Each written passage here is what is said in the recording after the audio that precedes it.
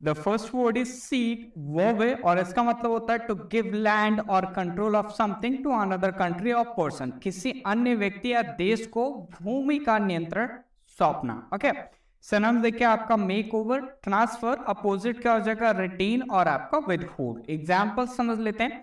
Hong Kong was ceded to Britain after the opium war, तो opium war हुआ था, उसके बाद हांगकांग क्या ब्रिटेन को सौंप दिया गया था। तो मतलब कोई भी आपका जमीनी टुकड़ा या फिर किसी चीज का कंट्रोल किसी देश को दे दिया जाए या फिर किसी व्यक्ति को दे दिया जाए, तो इस एक्शन को हम क्या कहते हैं, सीड कहते हैं। नेक्स्ट आपका फ्रेजल वर्ब है आपका रैली अराउंड समवन, इसका मतलब होता है टू हेल्प और सपोर्ट समवन, इसका मतलब है किसी की मदद या समर्थन करना। एग्जाम्पल समझ लेते हैं। When I am ill my friends always rally around, तो इसका मतलब है जब भी मैं क्या बीमार पड़ता तो मेरे दोस्त हमेशा मेरे साथ रहते हैं, मेरी मदद करते हैं, मेरा सपोर्ट करते हैं। नेक्स्ट जो वर्ड है वो आपका बल्क, नाउन है, और इसका मतलब होता है the main part of something, और we can say most of something, किसी वस्तु का मुख्य भाग, और वी कैन से अधिकांश या अधिकतर भाग। कोर और मेजॉरिटी इसके सिनोनिम से, एलिमेंट और एडजंक्ट इसके अपोजिट्स हो गए। एग्जांपल देख लेते हैं। The bulk of the work has been done, so we should finish this week. Okay, तो इसका मतलब है काम का जो बड़ा हिस्सा है या फिर काम का मुख्य हिस्सा है वो हो चुका है, इसलिए हम क्या करेंगे, इसे इसी हफ्ते क्या खत्म कर देंगे या फिर इसी हफ्ते खत्म कर देना चाहिए। नेक्स्ट आपका फ्रेजल वर्ब है दैट इज क्वाइटेड डाउन, इसका मतलब होता है टू बिकम क्वाइट और क्वाइटर, शांत हो जाना। एग्जाम्पल देखिए। The children started to quieten down after dinner, तो खाना खाने के बाद बच्चे शांत होने लग गए। नेक्स्ट आपका वर्ड है पोडियम, नाउन है, इसका मतलब होता है small platform for a speaker और we can say performer to stand on, तो छोटा मंच जिस पर वक्ता और कलाकार आदि खड़े होते हैं। स्टेज और पल्पिट इसका सिनोनिम है। एग्जांपल देखिए। He looked nervous as he got up on the podium to make his speech, तो इसका मतलब जब वे क्या मंच पे गए भाषण देने के लिए, ओके, तो वो क्या घबरा गए या फिर वो थोड़े बहुत घबराए हुए दिखे हमें। नेक्स्ट आपका phrasal verb that is read into, इसका मतलब होता है to believe that an action, remark or situation has a particular importance or meaning often when this is not true, तो विश्वास करना कि एक क्रिया, टिप्पणी या स्थिति का एक विशेष महत्व या अर्थ है, अक्सर जब यह सच नहीं होता। तो इसका एग्जाम्पल समझ लेते हैं इसको। Don't read too much into her leaving so suddenly, she probably just had a train to catch, तो मतलब इतना मत सोचो भाई, इतना मत सोचो कि मतलब उसका जाने में क्या बात थी। ओके, तो बेसिकली वो गई। ओके, तो सोचो पड़ेगा वो क्यों गई, तो इतना मत सोचो। वो यह हो सकता है कि आप तो उसको ट्रेन पकड़नी हो। ओके, तो यही है आपका कि मतलब कोई स्थिति है, ओके, और उस स्थिति का विशेष महत्व या फिर अर्थ है, ऐसा सोचा जा रहा है, लेकिन वो सच नहीं होता। समझ लो। नेक्स्ट आपका स्क्रैम्बल, वर्ब, इसका मतलब होता है टू फाइट और मूव क्विकली, और we can say to get something which a lot of people want, तो छीना झपटी करना ऐसी वस्तु के लिए जिसे दूसरे भी चाहते हैं। स्ट्रगल इसका क्या सिनोनिम है, आप एग्जांपल देख लेते हैं। People stood up and began scrambling for the exist, okay, तो sorry for the exits, okay, तो लोग खड़े हो गए और बाहर निकलने के लिए हाथ पांव मारने लग गए।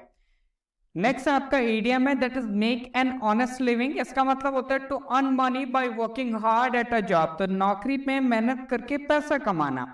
एग्जाम्पल देखिए। He is just trying to earn an honest living, तो वह सिर्फ एक ईमानदार जीवन जीने की कोशिश कर रहा है।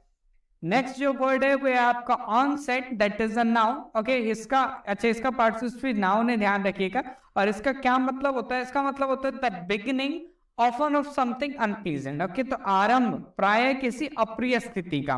तो रेड और रश इसके सिनोनिम है। प्रोटेक्शन और शेल्टर इसका अपोजिट हो गया। एग्जांपल देखिए। The new treatment can delay the onset of the disease by several years, तो जो नया उपचार है ना वो रोग की शुरुआत में कई वर्षों तक देरी कर सकता है।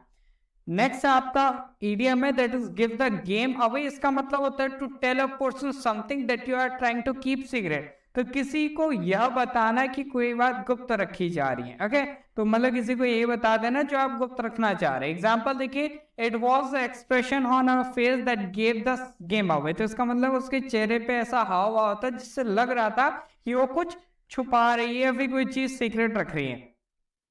नेक्स्ट है आपका सिनेस्ट्रो, एडजेक्टिव है, इसका मतलब होता है सीमिंग एविल और डेंजरस, और we can say making you feel that something bad will happen, तो बुरा लगने वाला या फिर आपका अनर्थकारी या फिर अमंगल सूचक। ऑमनियस, मिनेसिंग इसका सिनोनिम है, बेनाइन और ब्राइट इसका अपोजिट है। एग्जाम्पल देखिए, there is something sinister about him, he frightens me. Okay, तो इसका मतलब उसके बारे में कुछ तो भया हुआ है, वह मुझे डराता है।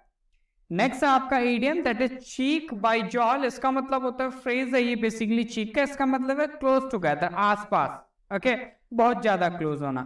एग्जाम्पल देखिए, they lived cheek by jowl in a one room flat, तो वे एक कमरे के फ्लैट में क्या रहते हैं, तो मतलब रहते हैं वही वे, तो मतलब क्लोज ही वे एक दूसरे के।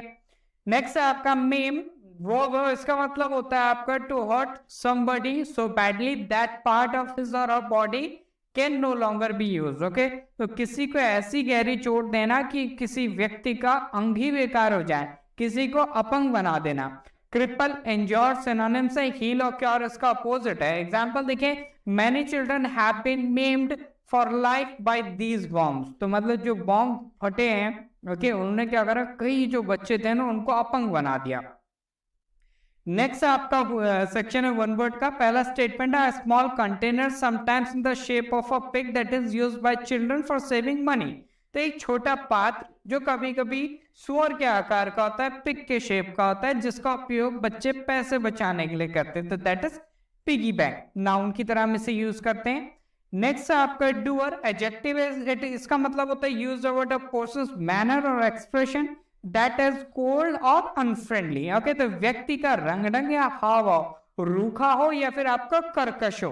तो ग्रफ और ग्रिम इसके सिनोनिम से, माइल्ड और जेंटल इसके अपोजिट्स हैं। एग्जाम्पल देखिए, the normally doer mister James was photographed smiling and joking with friends, तो जो सामान्य रूप से उदास मिस्टर जेम्स है ना, उनको दोस्तों के साथ मुस्कुराते और मजाक करते हुए फोटो खिंचवाते हुए देखा हमने। नेक्स्ट है आपका one word, any creature with 4 feet। Okay, तो चौपाया जानवर या फिर आपका चतुष्पाद, तो दैट इज क्वाड्रूपेड। ओके, तो ये ध्यान रखना है आपका। एग्जाम्पल देखिए, horses, lions and dogs are quadruped but humans are bipeds. Okay, तो घोड़े हो गए, शेर हो गया, कुत्ते हो गए, चौपाए होते हैं, लेकिन जो मनुष्य है ना वो द्विपाद होता है, तो जिसके 4 पैर उसी को हम कहते हैं आपका क्वाड्रूपेड। नेक्स्ट है आपका ग्रेट, नाउन है, उसका मतलब होता है करेज और we can say determination that makes it possible for somebody to continue doing something difficult और अनप्लीजेंट। साहस, कठिन काम को जारी रखने का दृढ़ निश्चय। तो ब्रेवरी, स्टैमिना इसके सिनोनिम से टिमिडिटी और कवर्डाइज का अपोजिट हो गया। एग्जाम्पल देखिए, it takes to grit to stand up to a bully, तो जो बुली होता है मतलब जो परेशान करता है लोगों को या फिर अपने से कमजोर को परेशान करता है, उसके सामने खड़े होने के लिए क्या साहस चाहिए या फिर एक दृढ़ निश्चय चाहिए कि हमें इसको हराना ही है। नेक्स्ट आपका वन वर्ड है, statement that says how much a piece of work will probably cost, तो किसी काम की संभावित लागत का विवरण, भाव, दर या फिर आपका कोटेशन, तो इसको वर्ड जो दिया गया है वो कोटेशन ही दिया गया है, नाउन है। एग्जाम्पल देख लेते हैं, you should get quotations from 3 different builders, तो आपको 3 अलग अलग बिल्डरों से कोटेशन प्राप्त करना चाहिए। नेक्स्ट वर्ड है आपका क्रेस्टफॉलन, एडजेक्टिव, इसका मतलब होता है सैड और डिसअपॉइंटेड, दुखी या फिर निराश। सैड और हार्ट ब्रोकन इसका सिनोनिम है, जुबिलिएंट और हैप्पी इसका अपोजिट है। एग्जाम्पल देखिए, he looked crestfallen at their decision, तो वह उनके फैसले पर मायूस दिखा। तो ये तो था वोकैबुलरी का सेशन। आई होप आप सभी ने एंजॉय करा होगा। सेशन को लाइक करें, शेयर करें, चैनल को सब्सक्राइब करें। मिलते हैं in the next section. Till then, Jai Hind, जय भारत।